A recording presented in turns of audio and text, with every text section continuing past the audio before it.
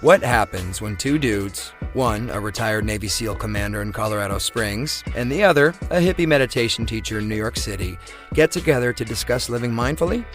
That's a great question, because we don't know what will happen either. Raw, uncut, and unapologetic. Welcome to Men Talking Mindfulness with co-hosts John McCaskill and Will Schneider. Each week, we take an authentic dive into how mindfulness continually impacts our lives, deepens our relationships, and allows us to be emotionally alive.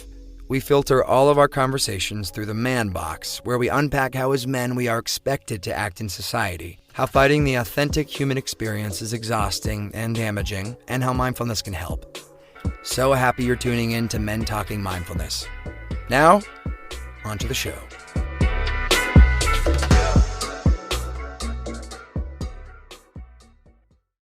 Welcome to Men Talking Mindfulness. John McCaskill with my brother Will Schneider over there in New York City, and we're here to talk about weaving mindfulness into your busy day. Welcome, Will. Great to have you on with me. Always great to be here, John. Thank you so much. New York is a little cold today. It's 50 here yesterday, and now it's like 35. It's great to be on the show. I'm really excited to talk about mindfulness really can make a big difference in our lives if we just take little moments, like 2-3 minutes, maybe just a few breaths, and it can really have a massive impact on our experience. So I'm excited to share some of our thoughts about that today. So thanks for having. Great to just connect, John, and continue this conversation. Yeah, for sure. And we've had these similar conversations before, and something that I hear all the time in teaching meditation and teaching mindfulness is people use the excuse, hey, I don't have time for that. And I think a lot of the time, and we were kind of talking about this before I hit stream on this before the show, but a lot of the time that busyness is kind of a badge of honor for people. And if they're so busy that they can't take enough time to eat lunch mindfully, like away from their computer, away from their phone, or they're so busy that they don't have 5 minutes to just breathe, or they're so busy that they don't have like literally from when they wake up in the morning, they open up their phone and they check their phone, and then they're on go all day long. And then the last thing they do at night is check their emails, check their social media, go to bed. And then all that stuff is right there in your head. It sets you up for a stressed out mind, like a race car. You're constantly in the red. And what happens if a race car or any kind of car is constantly in the red? It eventually breaks down. So we are here to talk about implementing some very simple mindfulness practices or mindfulness times in your busy day to help you feel better about that day, to help you feel better about life in general and more fulfilled, more productive even. Like, so if you are one of those people who are so busy and you pride yourself on that, and you pride yourself on being productive and focused, this is just another trick that's going to help you to be even more focused and more productive. So there's kind of a double-edged, a win. I won't call it a double-edged sword. It's a double-edged win. You feel better about your day, you're more rested, and you're more focused by implementing small little tricks like this in your day. So Will, what are some practices that you implement in your busy day? Because I know you're a busy guy too. What do you do? Yeah, well, I'm gonna comment on this, John, and then we're gonna actually have our practice. It's like we're like, so Oh man, no. I'm so busy. I know, right? Well, because this is look at like, hey, we're two people. You're busy, I'm busy, and but it's also thinking about, like, even just thinking of the word busy. What does it bring up into our lives, energetically and emotionally? Brings up stress, anxiety. It brings a rush. And the energy, like you talked about, that race car going and going and going, and what happens? It breaks down. I love that old proverb that says, how you do anything is how you do everything. So if I'm processing the world, I'm busy, and you really never get to drop into something mindfully, meaning like to really be present to something here, to be here, present here and now. If you're always just busy, and if you're living with all that busyness and all that stress and anxiety, you're going to produce certain results. And, I think it can, in a lot of ways, or some ways, you can kind of predict what those results are going to be if you're kind of an objective observer. Um, and I'm even very cautious, John. I almost want to refuse to say that I'm busy, because like even just saying that word and energy of that word, and then all the energy and the stress and the emotions that come with it, just keep me in that state of mind. Yeah. But why don't we actually weave mindfulness right into our show right now? Good call. Good call. How did I forget that? No, because you're too damn busy, John. And that is one thing that Will and I try to do for every practice. For those of you who are, or rather every episode of Men Talking Mindfulness, for those of you who are tuning in for the first time, is that we bookend the show with a practice at the beginning and a practice at the end. So if you see nothing else of the show, this is an important part of weaving mindfulness into your busy day. Will, you want to lead the first one? Yeah, you obviously need some help, John. So I'm going to swoop in and rescue. Thanks, brother. Thanks. No, I'm with you.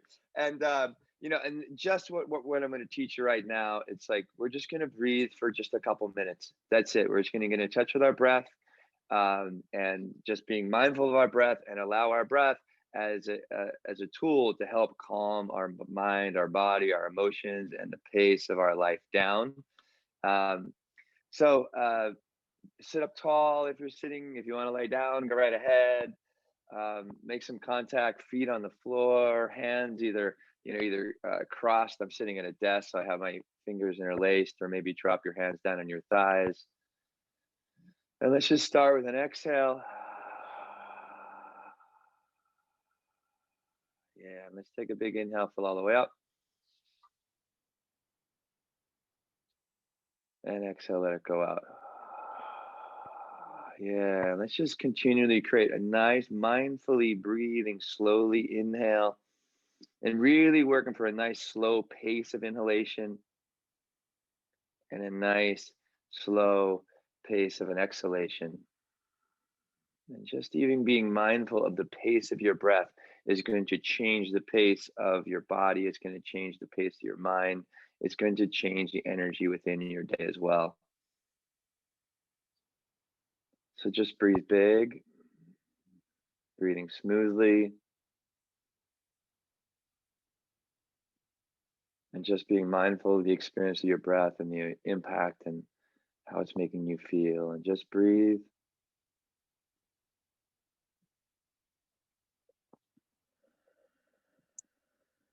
If it's helpful to breathe through the mouth on an exhale, yeah, that's going to help release more stress than go there. But you want to keep the breath moving in and out of your nose.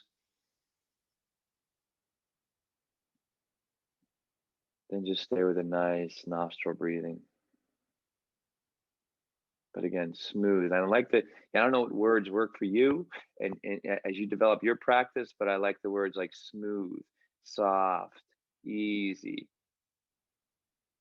patient, peaceful. So instead of just thinking of like inhale, exhale, or breathing in, breathing out, what is the quality that you're bringing to that inhale? What is the quality that we're bringing to your exhale? So instead of just it about being the action of breathing, what's the quality of the action? And that's where we kind of step in. That's where you can take charge of the moment by taking charge of your breath.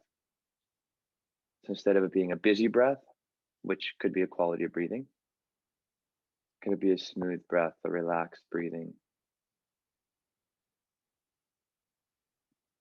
All right, just a few more breaths here. That's it. Just do two a little bit bigger inhale. Long, slow exhale. One more. There you go. And just take one little moment, as John likes to say, a little internal selfie of how you're feeling now.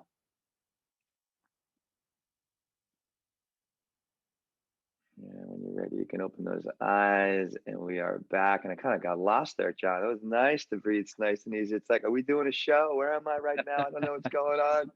And that's like, it could just, just like there's one we weave it into the show because we want to teach people, mindfulness, but like that's how easy and quickly you can shift your state of mind, and in order to really remain focused and get on with the things that are going to create more success and more happiness in your day and in your life. Yeah, man. And I needed that practice. As you could kind of tell, I was a little jazzed up when we started the show. And I Yeah. mean, it unfortunately it did come from my going from one meeting into the next. And I know that that is something we're all guilty of these days, especially as we're Mhm. kind of living in the virtual world, working from home. So many people are Mm. putting one Zoom call next to another Zoom call, literally going through 6, 7, 8 Zoom calls back to back, not taking breaks for water. Here's my gigantic water jug here. And I'm guilty I of doing love that. that. I literally just did that. So came from one Zoom call directly into Yeah. this. Yeah. Yeah. And at the end of that Zoom call, what's running through my mind is, oh, I've got to get out of this one and I got to get into the next one. And Right. so my nervous system is a little amped up. And then that practice right there that you just led us through, Will, got me back down. So I took that Yeah. internal selfie at the beginning of the practice, and I took the internal selfie at the end, and I feel Mm. way more calm. My mind is Yeah. much more at ease. So you talked about different words that you like to weave into your practice: smooth, easy, calm, that type of thing. Well, Hmm. uh, one of the phrases that I like to have is, a military term is at ease. And At at ease. ease is when is a higher ranking military member walks into the room, you kind of pop to attention where you're stiff and rigid, and that's Hmm. kind of how my body felt. And then when that Hmm. high ranking individual in the military says, "Hey, at ease," that basically means relax. And Hmm. that term at ease has that's where I feel I'm at now. I'm much more at ease after that practice. So thanks for doing that, brother. I appreciate Yeah. it. Yeah. Thank you. That's Yeah. great, John. Yeah.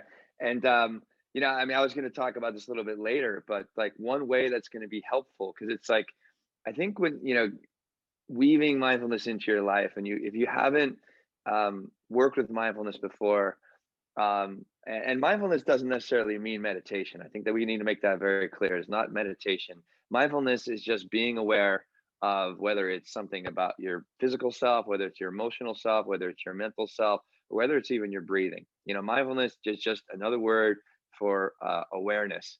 Um, and right there, what we just saw and what we just experienced, John, is actually, I think, one thing that the companies I work with is try to leverage accountability in order to gain mindfulness. So having a buddy call, kind of if somebody's seeing you stressed out, or you're seeing one of your buddies stressed out, just be like, hey, why don't we take a couple breaths right now? And Right. just like, that's definitely one way to upgrade your success as far as to becoming more mindful and weaving mindfulness into your life. Is actually what I've used in the past is like leveraging accountability. It's tough to do things alone. It's tough to develop a new habit alone sometimes. So if you can have somebody on that journey with you, and you guys kind of tag teaming off of one another, and helping each other pursue whatever that mindfulness goal is that you have, that is a really successful, and it's going to create a lot more success in mindfulness. But I just wanted to, while it was hot, was still hot, that moment, I just wanted to kind of drop that in there. But why don't we do, like, let's kick it over to you, John. So Yeah. what are, how about, maybe it'd be nice to talk about what are some of the obstacles you became aware of as you became more mindful that gets in the way of that weaving, of the mindfulness into your day. Like, I think, Yeah. because it's like those obstacles that really are present themselves to us early on in our practice, because it's something we're not used to doing. Right. Well, I think one of the biggest obstacles, for me personally, and maybe for some of those watching and listening later, is that I want to help, like, everyone, right? And yeah, so when somebody comes to me and they're like, "Hey man, do you have 5 minutes? Hey man, do you have an hour that we could sit down and talk?" I want to do that. And what I find is, in addition to my work, I load up my schedule, weeks in advance with phone calls, Zoom calls Mm. with people, and they're calls and Zoom calls that I want to have because I feel, helping people is my passion. But in doing that, I end up filling up my schedule so much that I can't take time to take care of myself. So here I am, preaching, take care of yourself. I'm preaching mindfulness and meditation. I'm preaching getting good rest. And then there are times when I don't practice that because of my desire to help people. And I'm Yeah. not trying to give myself a pat on the back. As a matter of fact, I'm doing the exact opposite. I'm trying to say that I'm guilty of sometimes not practicing what I preach. But that's my obstacle is that I fill up my day with with appointments. Right.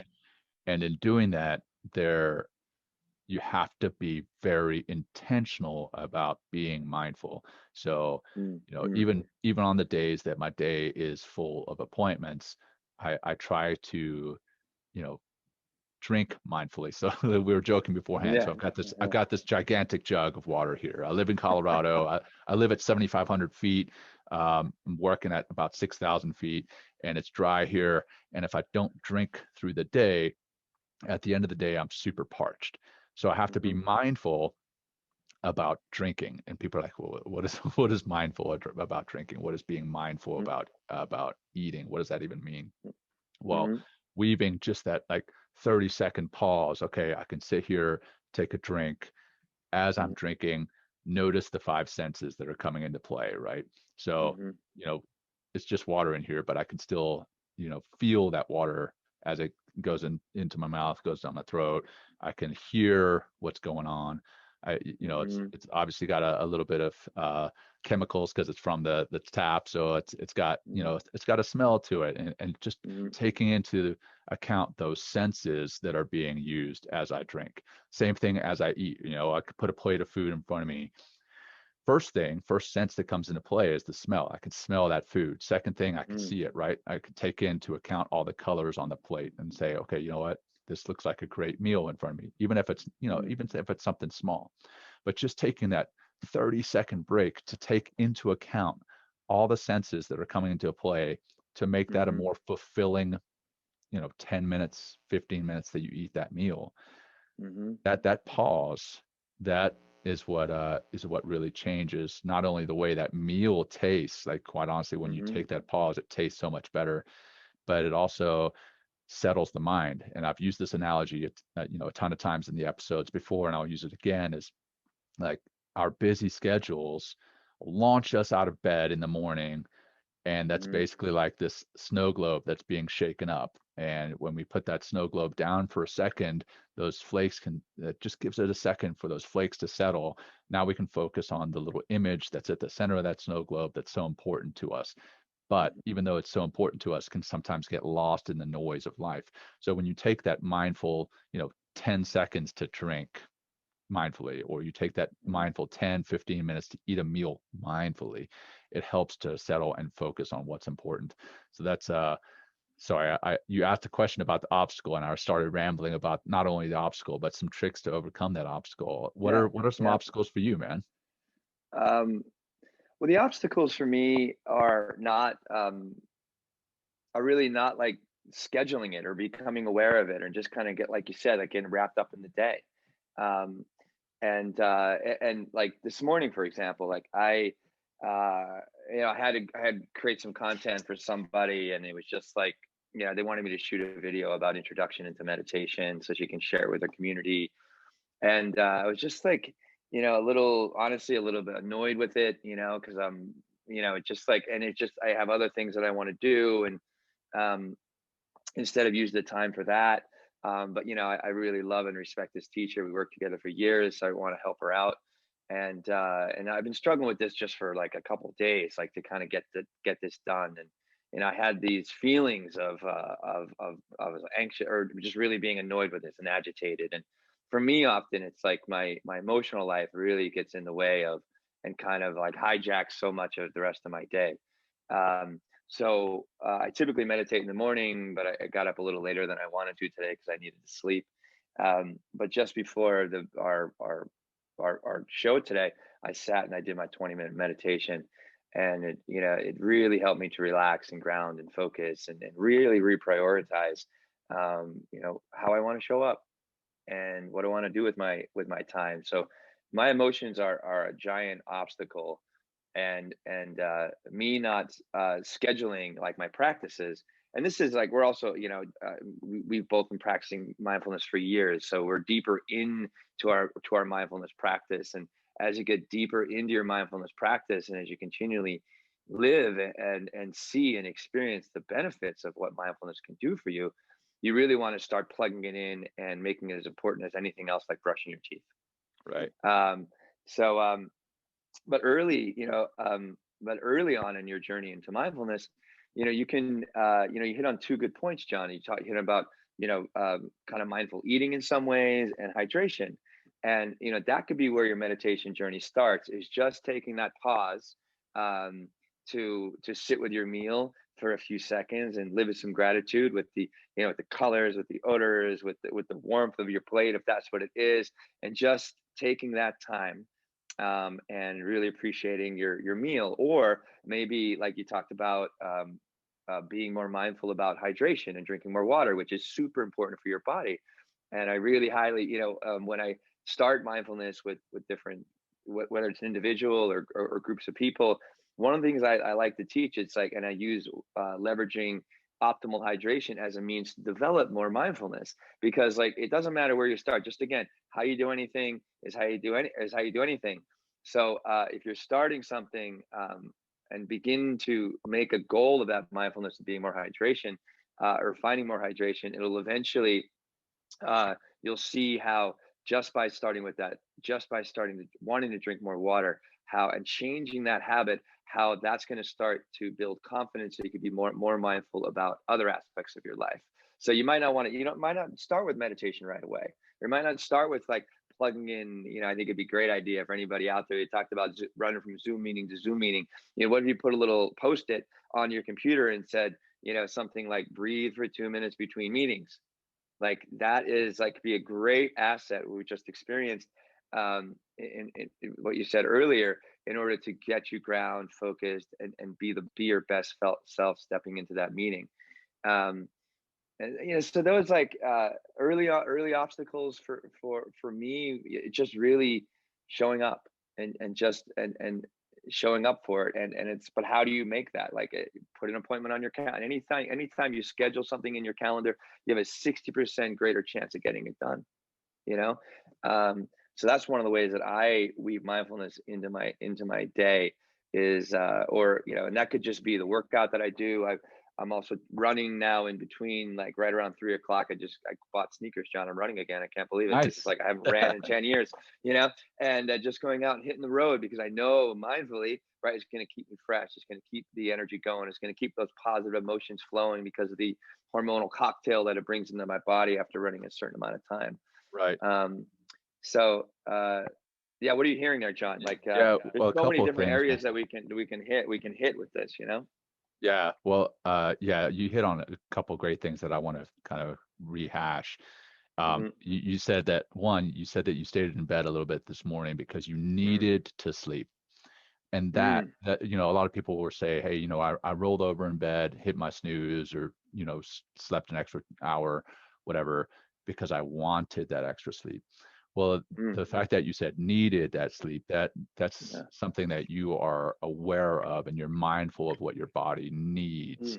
And that kind of ties back into, the mindful hydration. You have to start taking care of yourself, Yeah. and knowing what you need. And the only way you're going to know what you need is by being mindful of those needs.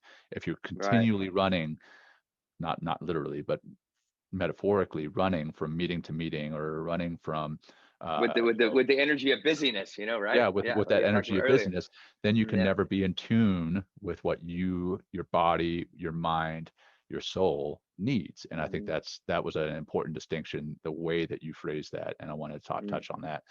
Yeah. You talked about, the gratitude, sitting with your meal for a second, and being grateful about what's in front of you. That's a huge thing. Take 1 minute Yeah. to be grateful about that meal. Take 2 minutes in the morning to write down 2 or 3 things that you're grateful for in your day. Perfect. So I mean, 2 or 3 minutes. Yeah. If you don't have 2 or 3 minutes in your day, then you're entirely too busy, and you need to take a step back and see what you can do to Yeah. implement something like this. And the reason I think that writing down those things of gratitude are so important is that truly rewires your brain to see things differently in life. If you don't take a second to pause and show gratitude for what you have, what you've been given, then as you go through the day, you don't see those things. You literally don't Right. see them. Like quite physically, you don't see them with your eyes. And Yeah. then if you as you start to write these things down, you're like, I'm thankful. Sure, you can write down the big things. Hey, I'm thankful for my family. I'm thankful for my health. I'm thankful. That's great. But sometimes just writing down, hey, you know what? I'm thankful for the fact that I can sit down for 2 minutes. I'm thankful for that. And implementing that gratitude practice into your day and how important that is in your busy schedule. You can even say, hey, you know what? I'm thankful. And I know you don't like the term busy, but you can Yeah. say, I'm Yeah. thankful for a busy schedule. I mean, some people are Yeah. unemployed. And if you're busy, Yeah. you're getting paid, you're busy and you're doing the things that you love, that's something to be thankful for. And that's another way of looking at things. Hmm. Then so then you Great. move from that into Zoom and things that you can do with your calendar, kind of some tricks that you can do. You and I, we live and die by our calendars. Literally, folks, for those watching or listening, like Will and I, when we text one another back and forth, because I'm here in Colorado Springs, he's in New York City, so we always have to juggle our schedules. He'll be like, "Hey, are you free for 5 minutes for a call on Thursday to discuss what we're going to discuss on Friday?" And I'll say, yeah, sure, that works for me. And like 2 minutes later, there's a calendar invite in my inbox, which I love because I live and die by my calendar. Yeah. Um, Yeah. but the trick there is, what else can you write into your calendar? Can you write in mindful breaks into your calendar? Yeah. I Yeah. started Boom. I did start writing in white space. I literally, on my calendar, it says white space, Mm. because I need to take a break in the middle of the day, not only to eat lunch, but just to settle my mind. I mean, it's not a long break, but it's something that Yeah. I've started implementing, because if I don't, I'll fill that space with another meeting, another call. So I was very intentional about scheduling that white space in there. The other thing is, maybe at the end of every hour, so the 55-minute mark of every Hmm. hour during your day, you write in a 5-minute mindfulness break, so that Yeah. when somebody schedules a Zoom call, for an hour, you realize, hey, you know what? I've got to end it at the 55-minute mark, because I know that at the top of the hour, I'm going to start another Zoom call. And if Yeah. I can jump into my that after a 5-minute break, I'm going to be that much more focused in that next call. The person on the other end is going to get a better version of me rather than the Hmm. stressed out version of me. I mean, kind of Yeah. like, again, here I am being almost hypocritical in that I jumped straight from that last Zoom call into this one. But luckily, I knew that there was a practice at the beginning of this one that was going to get my nervous system back down. Um, and that you forgot about. that I forgot about that, because I I was wasn't, just because I hadn't taken that right. 5-minute break, right? But then There you go. after taking that 2-3 minutes with you, Will, that got my mind settled, it got my nervous system settled, and it got my body feeling better about Yeah. the day ahead, not just the call, but the day ahead. And think about, if you do that multiple times through your day, how much better you're going to feel, how much more authentic you're going to be on your Zoom calls, how much more Hmm. authentic you're going to be with your colleagues, your coworkers, your family, when you're at the end of the Yeah. day. Like, if you've taken 5 or 6 5-minute breaks, even if you're not doing a formal meditation during those 5-minute breaks, you're just literally taking 5 seconds to put that meeting behind you and get ready for this next meeting. Not 5 seconds, but Yeah. 5 minutes rather. Hmm. You do that, you're gonna go home at the end of the day much more charged, much more energetic, much more focused, Yeah. for your family at home, if you have a family at home, or you're going to feel better just in general if you're at home alone, and you can just feel more fulfilled.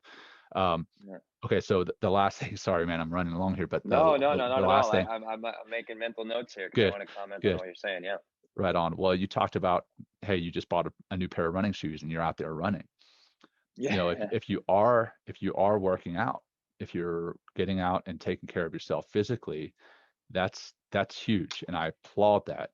But that's another potential area where you can practice some mindfulness. So if you're running in, in the park there in New York City, or if you're running out in the woods here in Colorado Springs or up the mountains, whatever, a lot of the time when I run around, I see people with headphones on. And I mean, I like running with music. I like running with some motivational speeches sometimes, but other times I take those headphones out and I just listen. I listen to Mhm. literally each footfall. Like I hear that. I noticed the wind blowing through the trees. And Sean Swallen, a colleague of mine with Mission 60, we're going through this 60-day challenge together. I And want to hear more about this, yeah, but I love it's this whole it's intense, uncomfortable man. challenge. It's Good for intense. you. But there's a masterclass section of it. And funny enough, yesterday's masterclass was on virtues, values, and establishing the state of flow. And in order to do that, sometimes you have to practice mindfulness. And that's again appreciating the senses and what they're Yeah. bringing to you. And so he talked specifically about what I'm talking about here is the run, and to taking a second to just appreciate the fact that you're out on a run. First of all, Mm. second of all, appreciate the fact that you have the ability, the physical ability to get out and run. Again, this coming back to Mhm. the attitude of gratitude. And then while you're out running, you don't necessarily have to run with headphones. You can run and listen to the sounds of nature. Listen to, I don't know, if you're in a busy city, you can listen to the sounds of the cars, the sounds of other people, around you, and just take that in.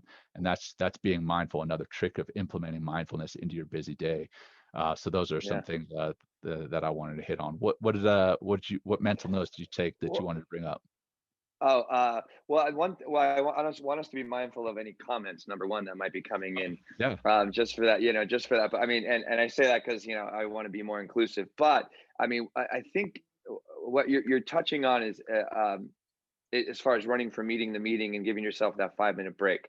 You are always perform at your best when the feeling you're having about yourself is when you're more relaxed or joyful, happy, and like, so all these positive emotions, what do they do for our body and our mind? They light us up. They keep us in our creativity. You talked about, last stage of values, virtues, and getting into that state of flow. We cannot be in a state of flow if we're stressed out, feeling like shit, depressed, angry, frustrated, like, I mean, what does that bring to it? Like, that's emotional eating, destructive behaviors, yelling, at people in your life and stuff like that, versus, again, switching or continually trying to maintain, mindfully maintaining, finding out how we get or continually keep this emotional, well-being and positivity, which just keeps us at our A game.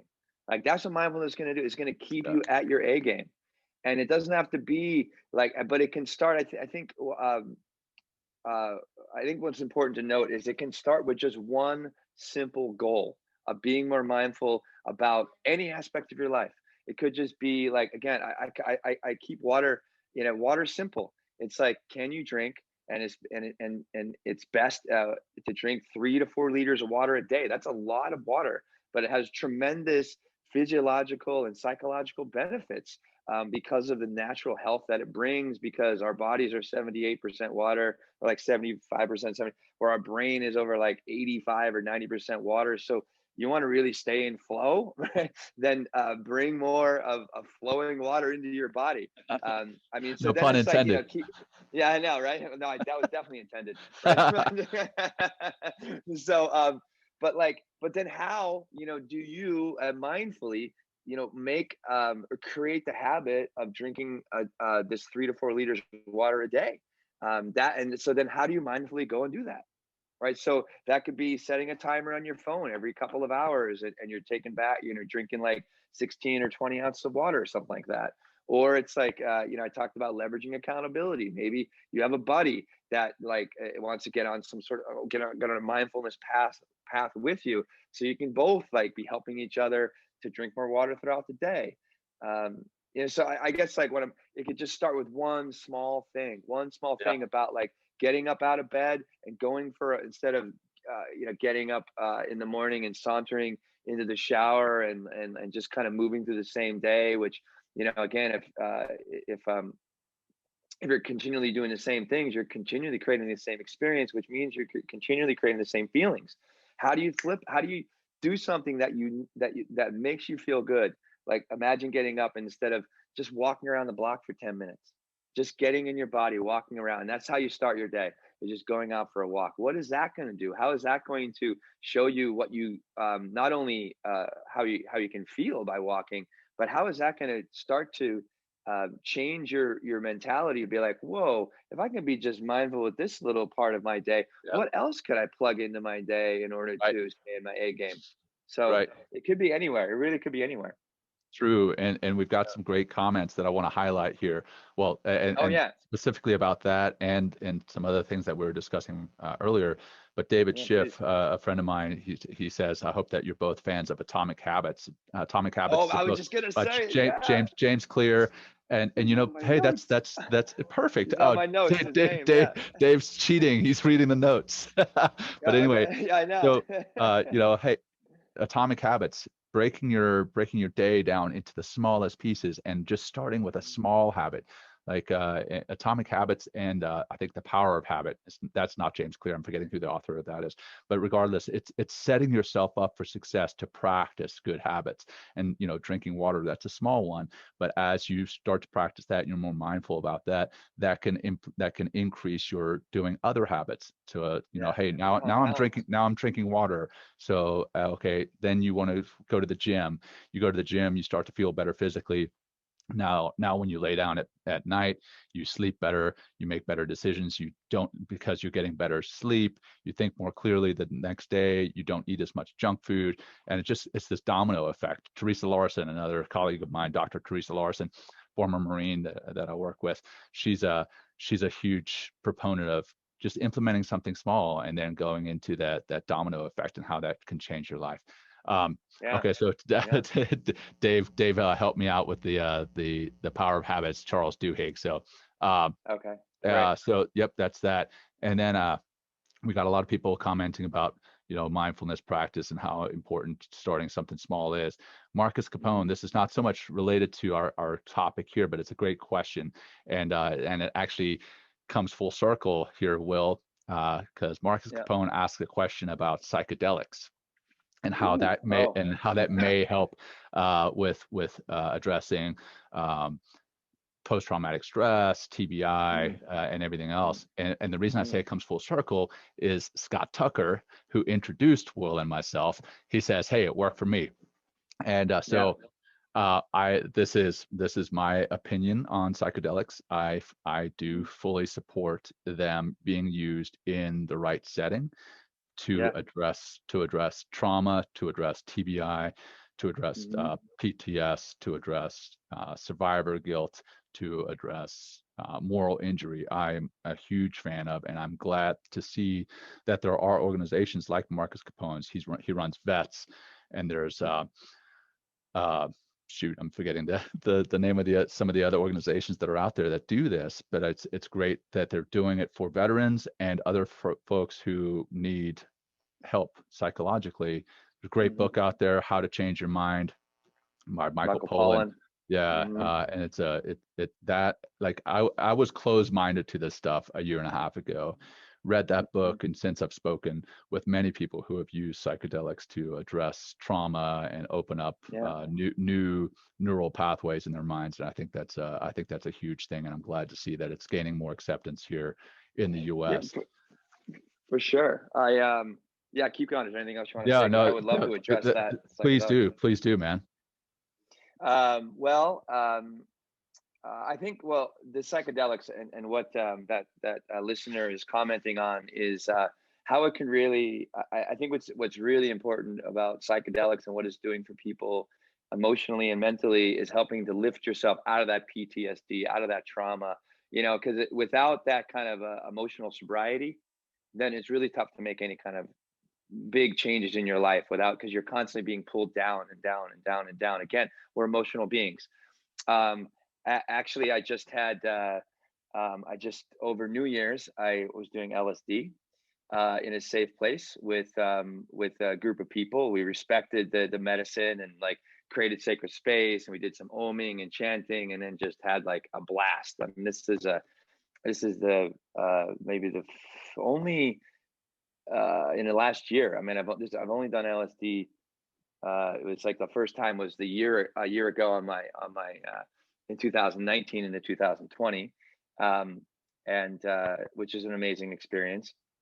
But and I've done ayahuasca 4 times, and all of these psychedelics honestly have had a massive effect on who I am and how I'm showing up in my own life as well as my relationships.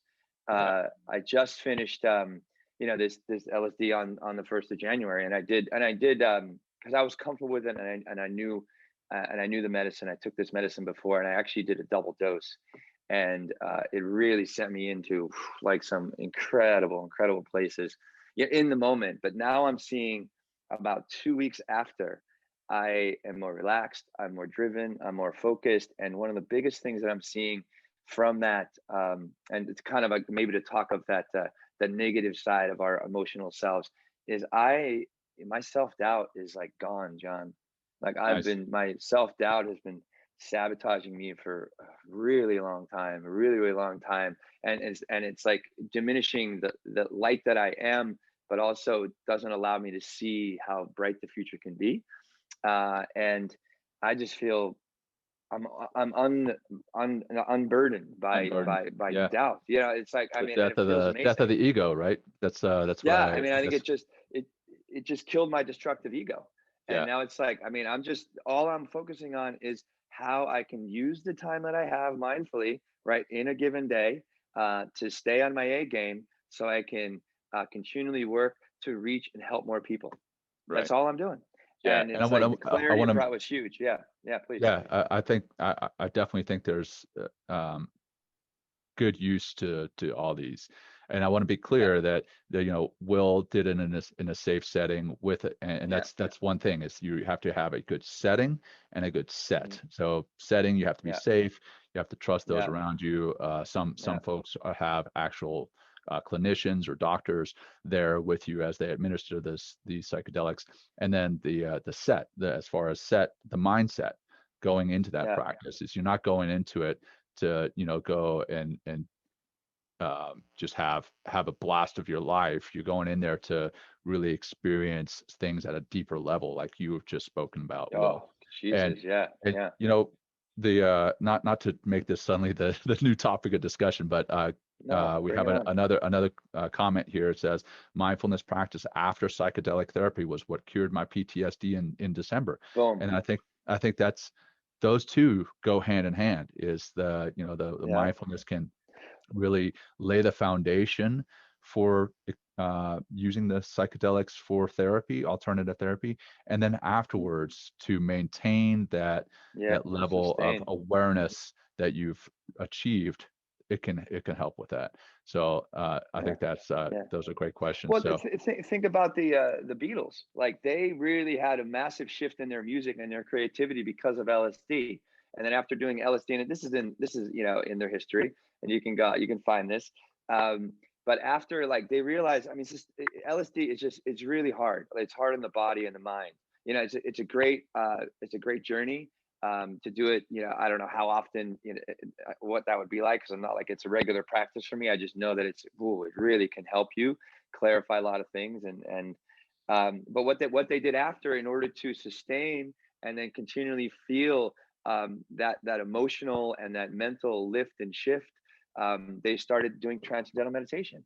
That's how they got to meditate. LSD took them right to meditation because of the sustainability and we're obviously big proponents of meditation here. But again, how do you sustain this level of like high performance, and this level, and in order to really stay at high performance, this relaxed high performance, you know what I mean? You can really be yourself, drop into your heart, be here and now, stay on your breath, and stay in that creativity, and all this brilliance that we have in our brain comes through when we're really emotionally sober and relaxed. I want to come back.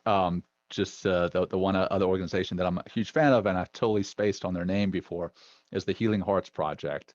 So that's another one that's dealing with psychedelics and veterans and post-traumatic stress. And I just want to make sure I gave them a shout out, and I feel terrible for spacing on their name, but Healing Hearts Project, check them out. So, all right, brother, I think we're right at about 45 minutes of the show, and I want to just wrap it up. Let's give like one more or two more tips on implementing mindfulness in your busy day, weaving it into your busy day, and then I'll wrap it up with a practice and we'll call it done. So one more tip from you and one more from me, and then we'll do the practice.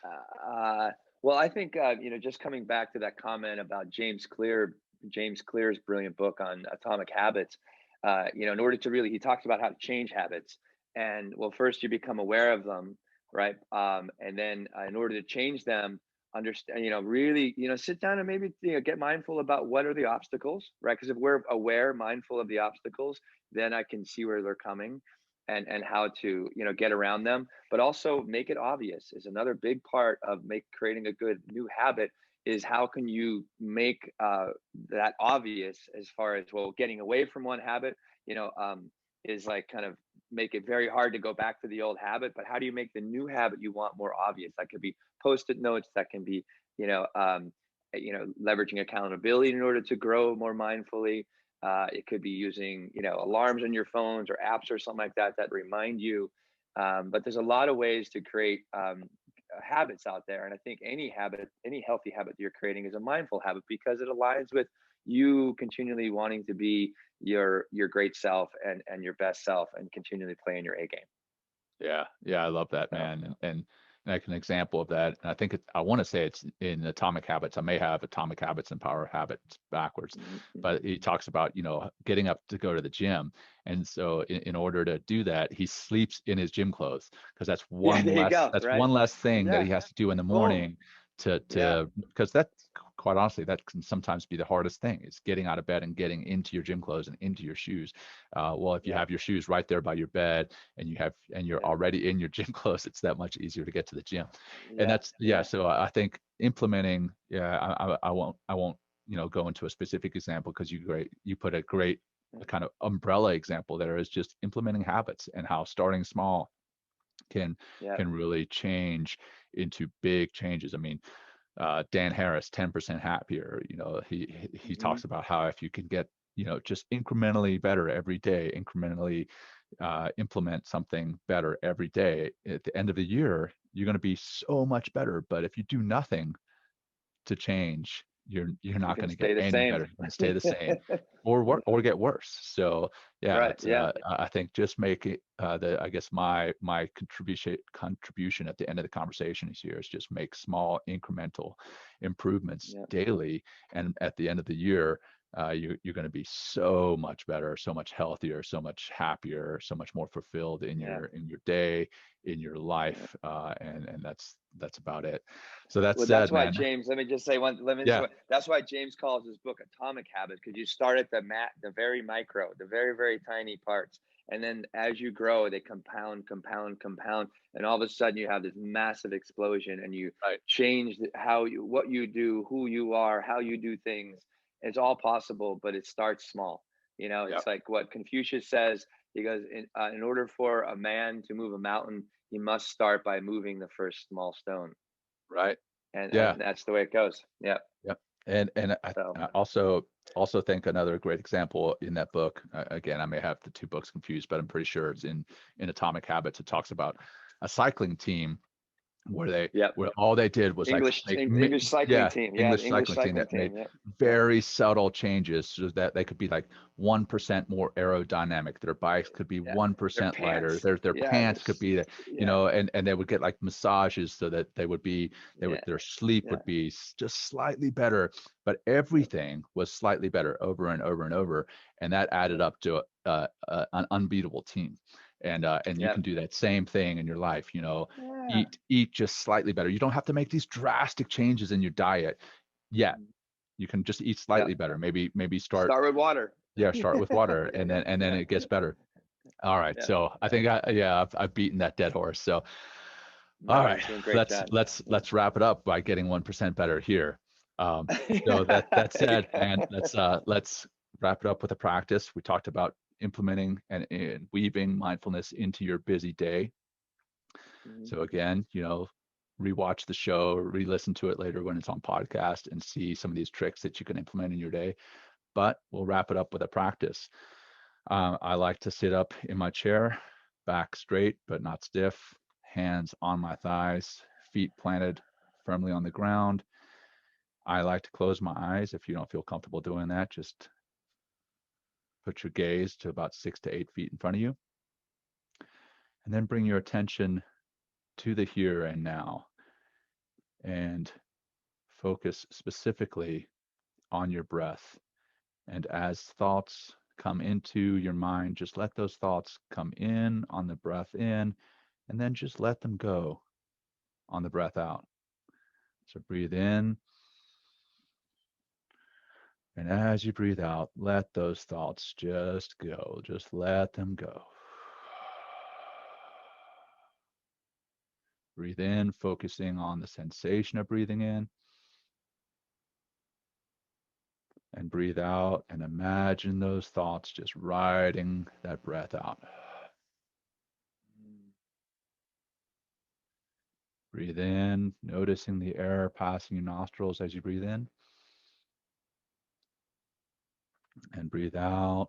Let those thoughts, emotions, meetings, let them just ride out with that breath. Breathe in. And out nice and slow.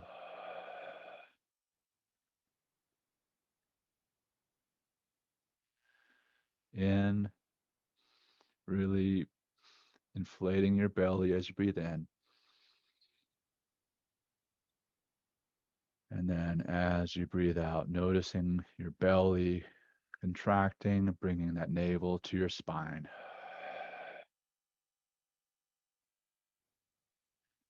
Into your belly.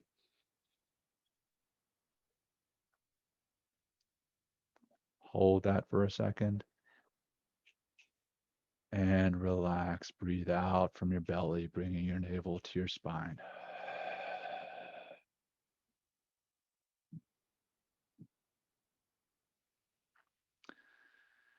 You may notice those thoughts coming into your mind again. What's next on your calendar coming into your mind again. It's okay as they come in. See them and then let them go, just like waves on the ocean. Breathing in and letting those thoughts go. They come and go just like waves on the ocean. Let's do one last cleansing breath. Deep, deep, deep into your belly.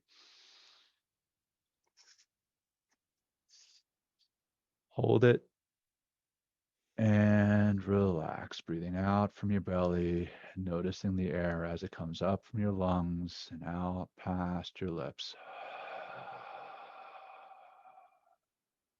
And then as you're ready, start to come out of the practice. Invite some movement back into your body.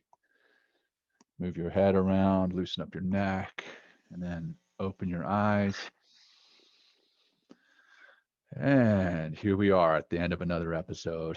Thank you all so much for joining us. Thanks, Will, for the conversation. Always a pleasure. And yeah, same here, John. Same here. Yeah. Hey, please, anybody out there listening or right now, like, leave us a review, subscribe to our podcast, share it with your friends. I really appreciate it. This is growing conversation. We have on February 5th, we have Liz Plank coming up. She wrote For the Love of Men, where we'll jump back into more of the man box and understand and unpack some of that. But thank you, John. I always like to just plug a little bit at the end. If I just shamelessly need to do that, I'll be that guy.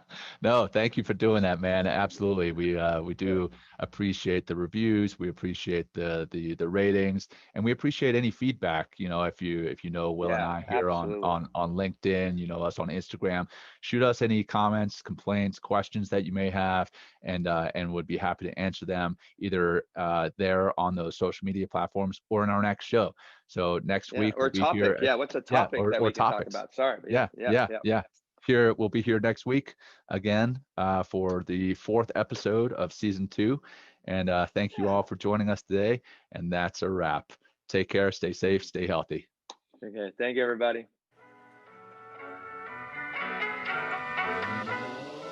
Thanks for joining Will and John on Men Talking Mindfulness. If you enjoyed the show, please like and share it with your friends and family, and please, we would appreciate a review too.